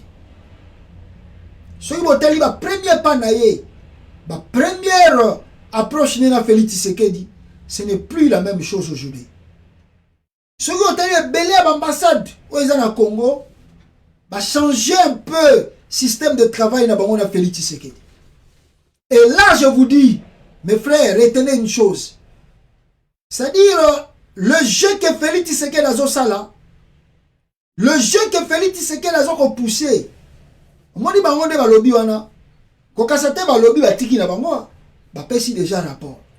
Donc, qui veut dire que s'il y a un de problème, et il y a lobby na Katamboka, le numéro 1 et la personne qu'on va tenir comme étant responsable de cela, il y a Liboso, c'est Félix Tshisekedi. Ne doutez pas, s'il y a des problèmes aujourd'hui au Congo, le premier responsable, ça va être Félix Tshisekedi. L'ambassadeur plutôt américain, est parti rencontrer Jean-Pierre Bemba. L'image que vous voyez là-bas. Il a rencontré Jean-Pierre Bemba. Qu'est-ce qu'ils se sont dit avec Jean-Pierre Bemba? En tout cas, dès leur sortie Bande Konangaï, ce que vous devez retenir après sortie Wana, qu'est-ce que Jean-Pierre Bemba Lobby a dit qu'il rencontre fixtrier avec l'ambassadeur américain pour des élections libres et apaisées. Wana, tangwabimi wana, alobine wana. Donc ça veut dire que les élections libres et apaisées veut dire que Jean-Pierre Bemba ne dit pas clair. Mais ça peut être aussi que Bemba est du même point avec le Fayulu. Ça peut être. Je ne confirme pas parce que Bemba, position a été. Voilà le pourquoi moi je soupçonne la visite de l'ambassadeur américain, ce Jean-Pierre Bemba. Donc, nous avons une visite où on a peut-être pour moni, la force autour de la République, Sangani Basali bloc. Mais moni MLC à quantité. Pourquoi? Et voilà le pourquoi je vous dis que voilà le pourquoi peut-être je pense que l'ambassadeur américain a accueilli en personne avec Bemba. Pour nous voir là, la situation est au Kendeboy. Ce qui est au un groupe Baninga, il y a ce que Baby Awa, Yogo à la perdre. Je soupçonne comme ça, mais je ne précise pas. Ça, c'est mon analyse, mon point de vue que je vous donne. Que rencontre les alliés comme Benda Jean-Pierre Bemba, sur la zone qui est trop nette et à ce qu'on se prononcer, à qu'on la perdant. Na avenir na makambo eza kolinga et Galakata Congo. Et c'est aussi peut-être le message pour son Tali, silence à Bemba, neutralité à Bemba, ça monte un peu louche. Est-ce que c'est une façon d'interpeller? C'est une façon de mise en garde que ceux qui ont soutenu le Moutouane Nere, ils ont payer prix dans la Mikolegoya. Je soupçonne comme ça. Et je précise bien que c'est mon point de vue. Maintenant, Nasimawana Kobima, Bande Konangaï, Bata IDPS, Boebi Kenebisa Kibino, les évêques de l'église catholique et les CC, Baza Kosa la diplomatie dans le monde Yalibanda, Bazali na Libanda, Baza la diplomatie, Bazali na Belgique, je ne sais pas ce qui après Belgique, Baoyambo Kanini, mais bazo tambola. Et Nebisibino que l'église SCC vient de se désolidariser avec, n'est-ce pas, les 6 confessions religieuses, les kimbanguistes, les musulmans, Alobi. Bon, Moni, je peux quand même me donner la dignité. Est-ce que nous voulons quand même que le pays change? Est-ce que tous nous voulons que le Congo ou la situation de la population congolaise change? Oui, église et kimbanguiste et à SCC par exemple, ba vivara na bango na bonzate, bango baza na école na bango, baza na hôpital na bango, baza bien organisés. Ils sont bien organisés. Alors, ba moni pe que population sont souffrir.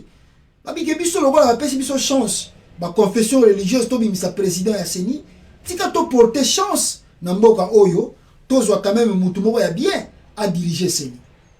2006, même chose. 2011, même chose. Et 2018, même chose. Si on répète encore, pour la token de 2023, la même chose qu'elle se répète encore. Banani Bazana Sima, Longo l'église catholique, c'est encore Longo la SCC, c'est toujours les kimbanguistes, c'est l'église des réveils, c'est les méthodistes, c'est les nini. La confession de Moussoussou, aujourd'hui, les musulmans, ce sont que des églises là qui, on achète par leur conscience pour encore donner 5 ans de malheur au peuple congolais. Pour donner encore 5 ans de malheur au peuple congolais. Ces confessions religieuses ne veulent pas agir au nom de l'intérêt de la nation. Ils agissent aux intérêts personnels. Bas avantage na bango. Yango no moni le CCA lobby à partir d'aujourd'hui hein. Soyi bobenga ba réunion. Ce que ezaka ba confession religieuse wana ezali ngai SCC na oyate. Na oya susute. Parce que ça honte pour ngai tozo kota to komi ya ko fingana ya ko suana. Non, je ne peux pas aller là-bas. Va se retirer. Donc le SCC vient de se retirer. Et au moment où je vous parle, je pense pas aussi que la Senko aussi va se retirer. Et quand ces 2 confessions religieuses se retirent, bon, ben, ok, et le qu'on a basé qui est au Koufana Mopé. Ils ont Koufana. Ils ont Koufana. Bon, donc on t'a l'avenir n'est pas ça. Alors les gens disent, oh, bah, la mère Mbendabibi, Mbendabi, bata catholique, bazaba démon, bazaba sorcier, bani. On comprend. Pourquoi la mère Mende contre l'église catholique? On comprend, on sait pourquoi. On sait pourquoi. Mais la mère Mende est devenue aujourd'hui porte-parole de Félix Tshisekedi. Mais c'est la mère Mende qui a insulté Etienne Tshisekedi ici, qui a insulté l'IDPS ici, qui a insulté lui-même Félix Tshisekedi aujourd'hui. Hier, aujourd'hui, ils sont devenus les amis, des vrais correspondants. Et quand les gens se rencontrent, Batubakutani Basololi, Balamoko, Peter Kazadiabimi. Peter Kazadiabimi, alobi ono. Peter Kazadimonto Kreno, alobi ono. Bandegonangai. En manque d'un discours cohérent face à Félix Tshisekedi, plein de bonne foi, déterminés à finir avec leur système prédation, ils ont conclu une alliance incestueuse pour faire la guerre au changement engagé. Qui sème le vent récolte la tempête. Le peuple n'est pas dupe, non dupe, connaît chacun. Wana nani Peter Kazadi. Bandegonanga na tuita komi. Maintenant, si la honte pouvait tuer quelqu'un, je pense que la honte commencera à tuer chaque membre de l'UDPS. Chaque membre de l'UDPS a Kokufa. Ceux qui sont, ne ba le bagay zo ka mutu pe bo mara mutu. Bataille UDPS moko na moko ba Kokufa. Parce que ici, bande konanga ba vidéo bo mona yango, ça c'est qui monte au cheval. Ce n'est pas Jean-Marc Kabundu qui monte au cheval.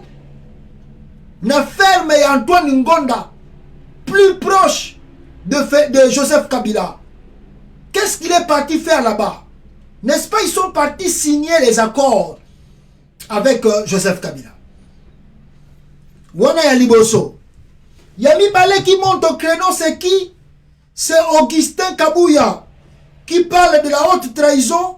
Les gens qui n'aiment pas le Congo, Baké conclure l'alliance des démons pour combattre Félix Tshisekedi. Mes frères et sœurs, je vais vous balancer quelque chose ici. Et binomoko bogomona yango boyoka maloba ya Augustin Kabuya qui disait à son temps qui est Joseph Kabila par rapport à leur pouvoir bazanango lelo. Suivez cela. Je vais vous le démontrer.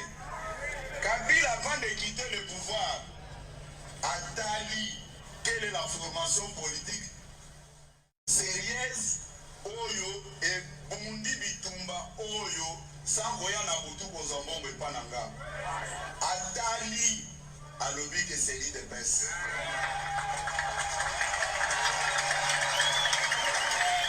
Alors, mon frère, est-ce que ce mois, ou bien c'est Kabuya qui le dit que Kabila, avant de quitter le pouvoir, il a regardé de gauche à droite, a tali que IDPS c'est sérieux, parti au Yobalia, Mbongote, Panaye, Yango n'a pas ça qui bango pouvoir. Là, il a dit la sincérité. Parce que tous les Congolais savent très bien que c'est Joseph Kabila qui a donné le pouvoir à l'IDPS. C'est Joseph Kabila qui a nommé Félix Tshisekedi comme étant président de la République. Là, il n'a pas tort, il a raison. Il a raison de ce côté-là. C'est Kabila qui les a donné le pouvoir. Kabila n'est pas comme ça au président. Jean-Marc Kabouno Laxibino, ma photo à Latina, à Matina Cheval. Maintenant, Peter Kazadi, on a dit qu'on a Sabino tweet awa. À son temps, qu'est-ce que Peter Kazadi parlait à propos de Joseph Kabila? Qu'est-ce que Peter Kazadi parlait ici, mes frères, à propos de Joseph Kabila? Écoutez Peter Kazadi. Moi, personnellement, j'ai beaucoup d'estime pour Joseph Kabila. Je l'ai dit au chef de l'État, je l'ai dit partout où je passe. Joseph Kabila, c'est quelqu'un qu'il faut protéger. Notre nation tout entière, nous devons les protéger simple. Il a fait son temps avec tout ce qu'il peut avoir connu comme bien et mal, mais au moins, il a la particularité d'avoir accepté de quitter le pouvoir sans effusion du sang. Et ça, l'histoire retiendra. Tout ce qu'on peut faire aujourd'hui, tous ceux qui sont autour de Joseph Kabila, ils doivent l'aider à rester dans l'histoire de ces pays. C'est très important. Il est le bienvenu dans l'Union sacrée? Ah oui. Il doit pour cela faire allégeance au président Tshisekedi. Il n'est pas question de faire allégeance. C'est question de dire que nous nous sommes comportés pendant autant d'années de manière à ne pas satisfaire l'intérêt général. Aujourd'hui, nous renonçons pour satisfaire l'intérêt général. Revenons au bureau de l'Assemblée provinciale, le bureau de l'Assemblée nationale. Voilà, je crois Bolandi, Binomoro peuple congolais, Peter Kazadi qui parle là. Qui parle là. Ce n'est pas Fayoulou qui parle là. Aujourd'hui, on nous fait sortir des vidéos. Oh non, Fayoulou avait dit que non. Quand tu vois les gens se dîner avec Kabila, des Congolais, mais ce sont des démons. Mais bien sûr, Kabila c'est des démons. Vous avez oublié le discours du passé avant d'arriver au pouvoir. Comment vous avez décrié Kabila, citoyen rwandais? Aroyuko kota Kongote, ye, futo kangaye, papa Etienne Tshisekedi, nakosongi sa na Rwanda. Vous avez tout oublié. Mais les discours existent partout dans les réseaux sociaux. Félix Tshisekedi est parti même en Tanzanie. Il a dit qu'il faut rendre hommage à Joseph Kabila parce qu'il a passé le pouvoir et au Félé. Il vous a donné le pouvoir. Est-ce que Fayoulou était là? Non, mais vous savez, mes frères, vous savez, moi j'ai pris 2 jours de réflexion. Bon, moi j'ai dit 2 jours de réflexion avant de dire silence. J'observais d'abord. Nous analyse partout et nous comprendre des situations. Depuis Kala, à l'île Félix Tshisekedi dans la Makambo, un jour, bon, moi, parce que le roi besoin d'accès qui est trop. Un jour, beaucoup moi. Nicolas, si vous vous rappelez très bien, je vous avais dit quoi? Nabisaga bataille des pêches. Martin Fayoulou. Joseph Kabila a tambola na makolo a kenda pa papa Kizenga. Joseph Kabila pour le pouvoir a tambola na makolo a kenda ko Luka Jean-Pierre Bemba. Joseph Kabila pour le conserver pouvoir a tambola makolo a Luka Bazaidi Ngomba tout bazala surubero basala réconciliation a tikela bango 4 vice-présidents et mo président. Il a fait cela. Premier première fois dans l'histoire du monde, ça n'existe pas, mais Kabila a accepté, il l'a fait. Après les élections de 2011, Etienne Tshisekedi Ndemtaboyaki, si c'était pour Kabila, Kabila voulait être président, Etienne Tshisekedi vice-président. Kabila était d'accord. Na poste wana. Mutaboyaki, c'est Etienne Tshisekedi a dit que dans la étiquette, moi je veux être comme un président qui agit. Na boyi cause l'étiquette. Mais Kabila était prêt de donner à Etienne Tshisekedi le poste de vice-président, que Kabila reste président après les élections de 2011. Les négociations et raté. Mais ici bataille de pes boke no loi fayulu. Bo Félix yemoko sans caméra sans ni yela mwasi na Denis Nyakero. Ake no loi fayulu na Faden House. Bataille de pes ba sekinga lumbabuna waneza ba ventir nana welukai. Félix aza mokonza mboka bien. Ah, OK, ça va problème exact. Botika kasi totika. Bolingi kasi fayulu ke bon de la na cité union africain. OK, problème exact. Et ça non le côté to kutana kaka. Donc il pèse selon eux. Selon eux. Ceux qui comprennent des calculs à bataille de pèse c'est quoi? Bango. Bakoyi ko finga mutu. Bakoyi ko dénigrer mutu. Bakoyi ko tchola mutu. Parce que ce vous rappelez bien. Quel est le parti qui a bouffé l'argent de l'État congolais plus que l'UDPS et plus que la famille Tshisekedi? Quel est ce parti au Congo? Oh bah liambongo à l'État que la famille Tshisekedi n'a que les cahiers de pêche. Ça n'existe pas. De son vivant, Etienne Tshisekedi vivant, Tia Koufi, moi nanaye kozwara no a commis nango lelo. Quel est le parti qui a bouffé l'argent de l'État congolais plus que l'UDPS et la famille Tshisekedi? Ça n'existe pas. De Mobutu, il n'a pas qu'à Joseph Kabila. Quel est ce parti-là? Ça n'existe pas. Boyebi bakor, na bakor. Ba signature, na ba signature. Bango bakendaka, ba lien, ba signé, après ba wangani. Bake ba lien, ba signé, ba yeko diaboliser. Avant ton compte l'élection 2011, bango ba signé ba ko na Kabilati. Boyebi Monaco, boyebi ba Ibiza, boyebi ba ko rebelle ba signé. Félix Tshisekedi alien bongo pa ma premier ministre. C'est Moïse Katumbi qui est parti repêcher Félix Tshisekedi na kati. Abi que non, nous devons faire affaiblir Kabila pour récupérer le pouvoir. Yo, Gozana poste bien. C'est Katumbi qui a fait ce travail-là. Qui ne connaît pas ça? Si ce n'était pas Katumbi, Félix Tshisekedi était d'accord. Bon, tu as Félix Tshisekedi avant l'élection 2011. Il était déjà d'accord pour aller au dialogue avec Kabila, de former un gouvernement. Avant l'élection 2011, il était d'accord. Donc, oui, je crois. Non, avant l'élection 2018. Avant l'élection. Félix était d'accord. Si ce n'était pas Katumbi, Bimisa Bango et Lokouana. Bah, si Balia Rimbongo Kabila. Bah, Koutanagana, Toyo Kabila, ministre des Affaires étrangères.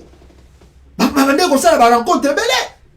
Bah, toi, Kabila, pourquoi Aza Moutumo, Boyazana, logique. Pour ce Joseph Kabila, c'est qui le colle à Bango, bataille des pêches, quoi. Bazara Minoko, blanc, le roi, tous les cadiarés. Ce qui Joseph Kabila, comme Missa, vidéo, il y a Félix. Il y a Etienne Tshisekedi. Il y a Batoyi de Pes. Ce qui Kabila pédale bien bimisa en bon écran. Mais habitué à ce qui yo pédale congolais comme on a Félix Popé Mbote. Je vous dis, parce que Kabila a la maîtrise.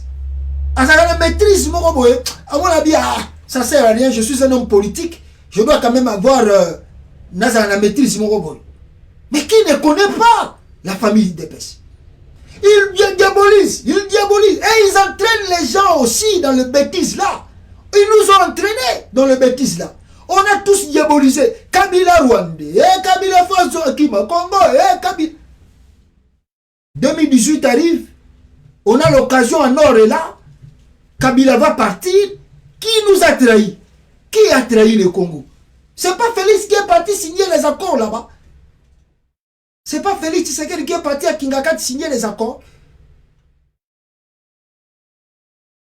Sikoyo a signé l'accord. Boandi Gobenga Kabila partenaire à Malamu. Kabila Azali fiable.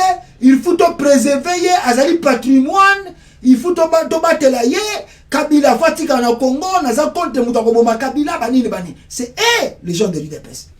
Aujourd'hui, quand on rencontre, il y a Martin Fayulu et Salami. Non,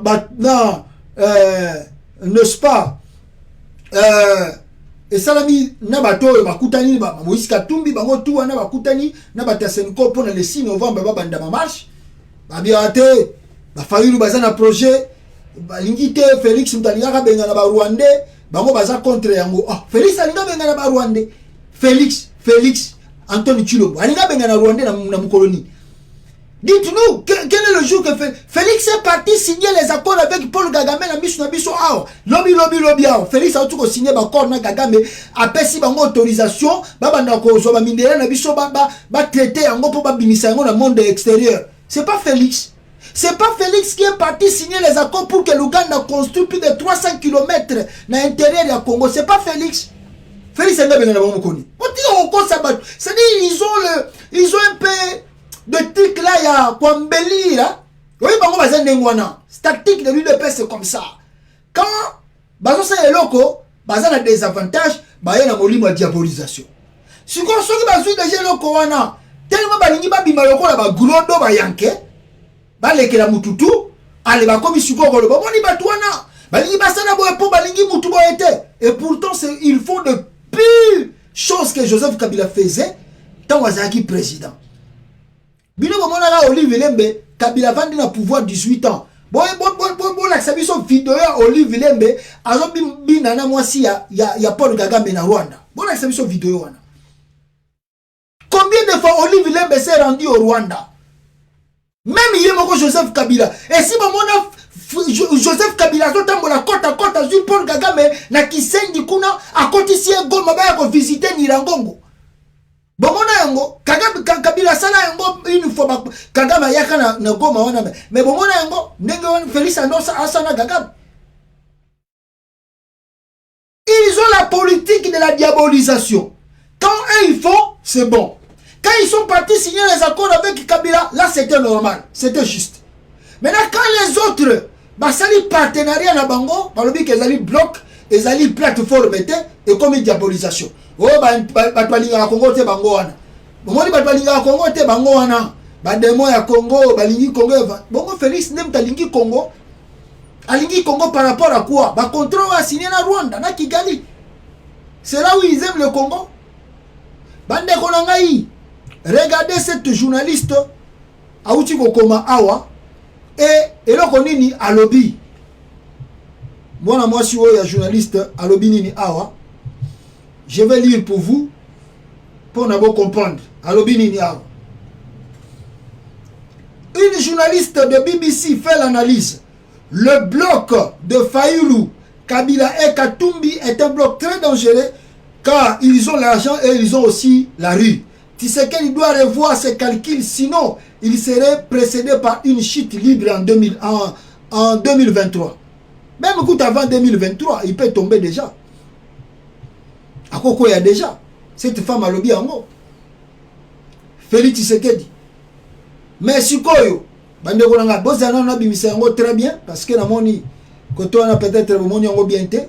Botala yango yangwana au moins soit na uti koloba. Alors, moi je ne sais pas et moi j'ai calculé mes frères. Je vais vous dire cela ouvertement, très ouvertement, sincèrement.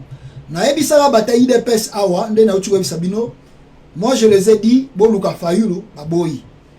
Bokende kuna Félix Tshisekedi a la réconciliation na Fayulu, baboyi. Sikoyo, et comme il trop tard, Fayulu a moniqué, bitumba Congo, tolobango tous les jours, ça lango yo mogote. Il faut no benda mo ba partenaire pe bazala pemena. Kabila pa ebisi Félix Tshisekedi. Oh, tozali ba partenaire ngana yote. Ngakuna Kabila yo pouvoir. Tokotaki na union sacrée. Tosali gouvernement ensemble. Okomi ko kanga batu na ngai. Okomi ko kimisa batu na nga mboka, okomi ko sala makambo yo lengi. Po yo komi président. OK, pas de problème. Bon maintenant, c'est ngape na ebisi batu na nga boko tate, botikela ya sala o ya linga sala, on va se retrouver après. Alors maintenant les choses semblent bien arriver. Alors Félix Tshisekedi akomi ye moko kolela na munoko mboka. Alors nyoso tu akanaki et kimi ye ko kima bandeko na ngai et Félix Tshisekedi ne sait plus quoi faire, comment respirer.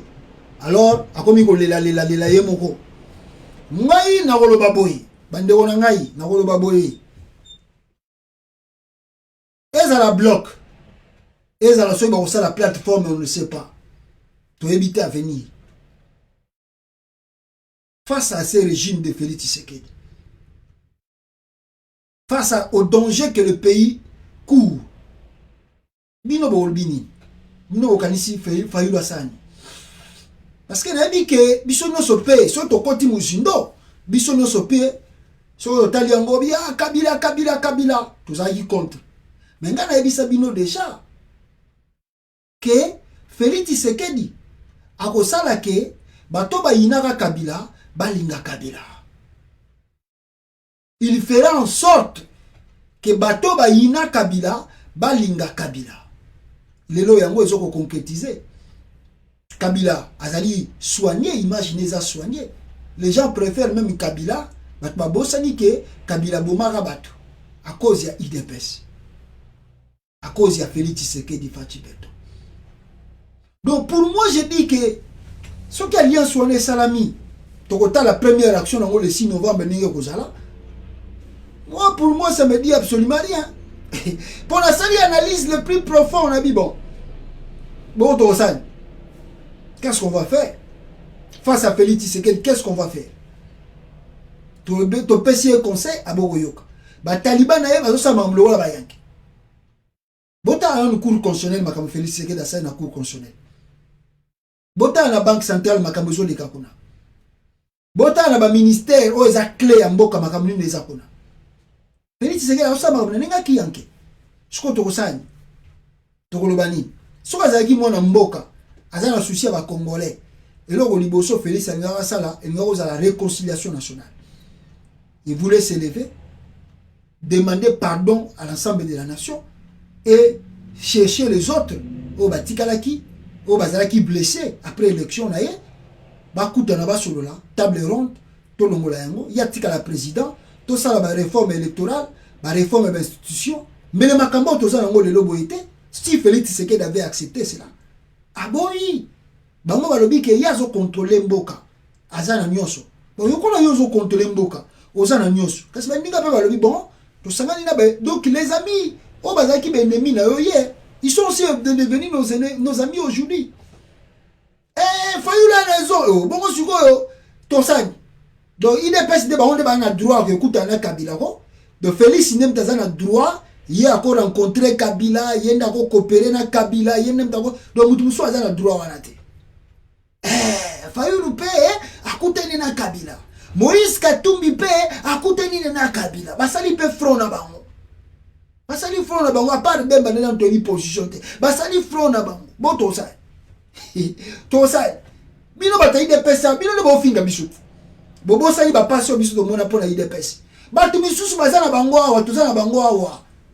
Atikala ta mukolo moko te na vie na ye banda koma poto ko bimata ko koma na New York atombola ta drapeau aloba ono Etienne Tshisekedi du président asala yango te abimata mukolo moko na hiver te pona ko sala marche pona IDPS batu ba nyoko mia biso to sali ba marche ao to tambo na ba malili ya poto pona ba kamba Etienne Tshisekedi merci bo pesi biso za nini yako fingati yako chole yako sika sikoyo moni mreye monde zalaka.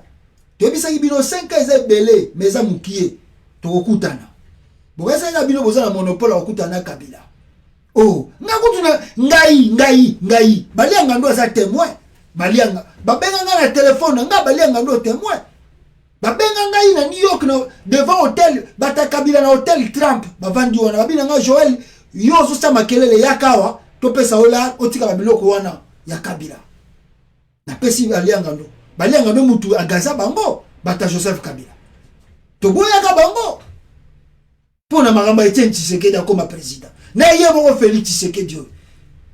Lelo merci ni bo pesi biso. Ya ko fingati, ya ko chorati. Biso to yebe lokote, biso to linga félicité. Sikoyo, mon match changé. Omoni na yebisa ka bino banda kala. Na bino ozana monopole te Kabila. Un jour, boko mona pe match ko baluka, Fayulu pa ka kuteni na Kabila. Sikoyo yango te Fayulu pas goûter na Kabila comme soit bino beaucoup mi agité ndenge nini alliance wana eza alliance ba démon balingi ko oh papa bombela maya pio po bino pe okutana na Kabila muta taxaka bino ba démon ndenge bokutana na ya zate bolobaka ngo na laksi bino ba vidéo Kabila za partenaire sérieux aza mutu moko patrimoine futo protégé Félix partout en Koleka, il faut rendre hommage à Joseph Kabila. Sikoyo, Boubeba Ninaye, allez, tu peux récupérer. C'est ça que la momi aux années la palette. Ou bien mobile aux années Nandaku. So ça, moi si, azane peut-être azane kitoko, mobile pas à kitoko.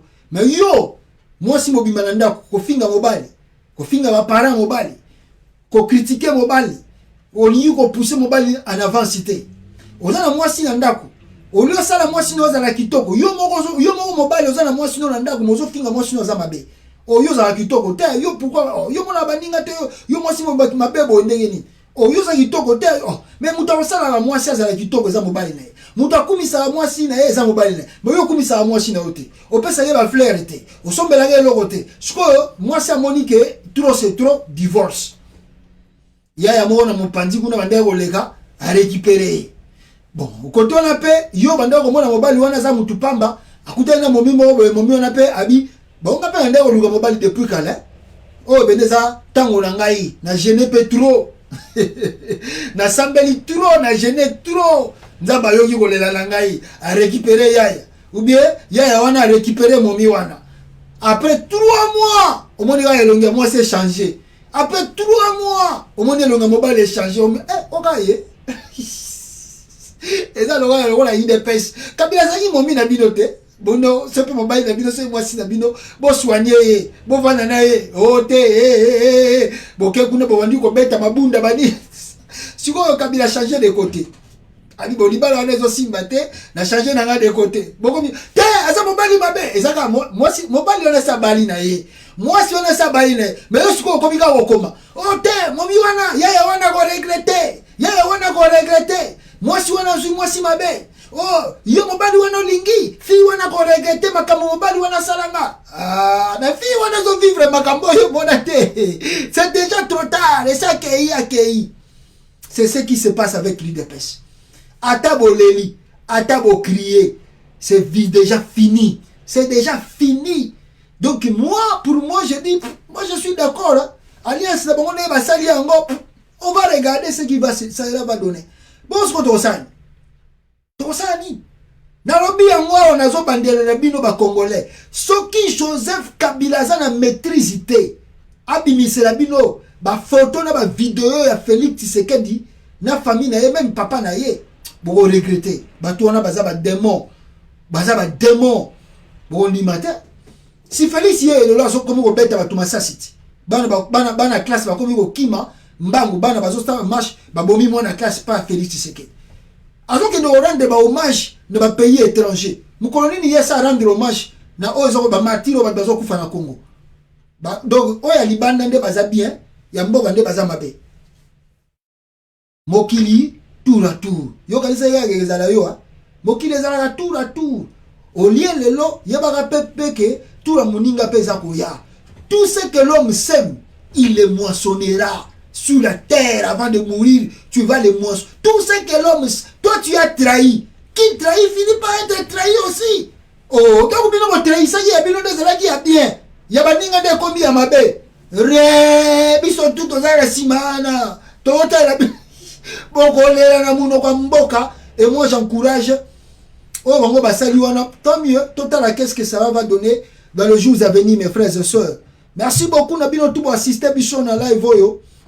Bande konangai bobanga na bino lokote oh Fayulu akuta ina Kabila bobanga lokote parce que on a trop écouté total ndenge makameko kende à l'avenir on va définir qu'est-ce qui va pour le moment to décourager bangote pour le moment to décourager bangote total na makamini ko sa le 6 novembre to décourager bangote pona ngai to décourager bangote to tika bango basala o bango balingi basala il est pèse oh Fati Beton ogolela na munoko mboka ozana ne bandeli yo tambola ga ba voyage à Israël ogolela na munoko mboka tozali a ciao bandeko na ngai et puis na ebite excusez ngai parce que ndeko na nga moko boya sala ki un frère à moi a fait une musique moko betaki ayembi mamba Félix Tshisekedi awa très bien cette chanson là mais boyebi ke tozwaka ba biloko ya batute par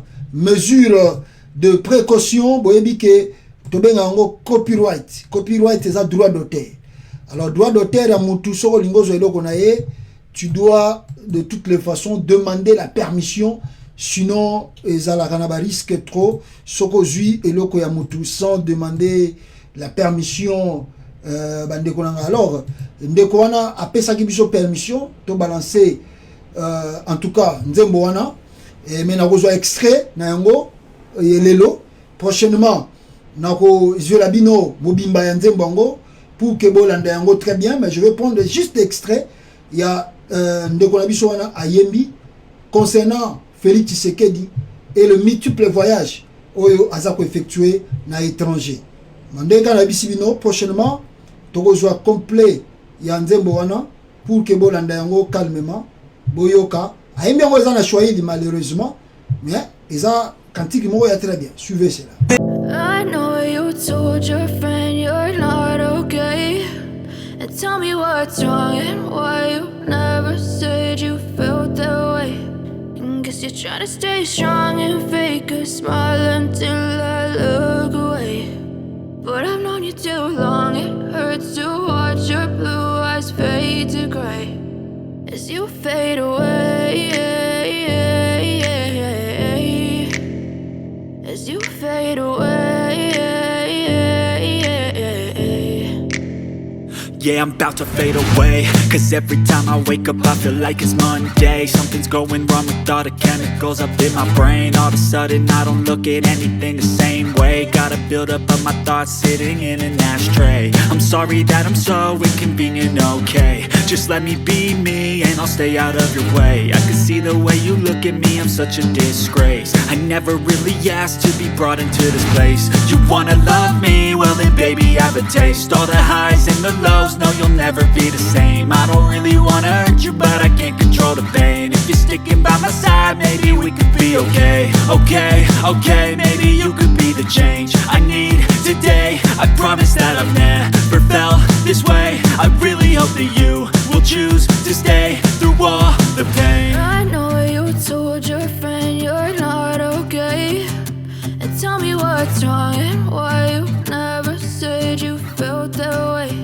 And guess you're trying to stay strong and fake a smile until I look away. But I've known you too long, it hurts to watch your blue eyes fade to gray as you fade away.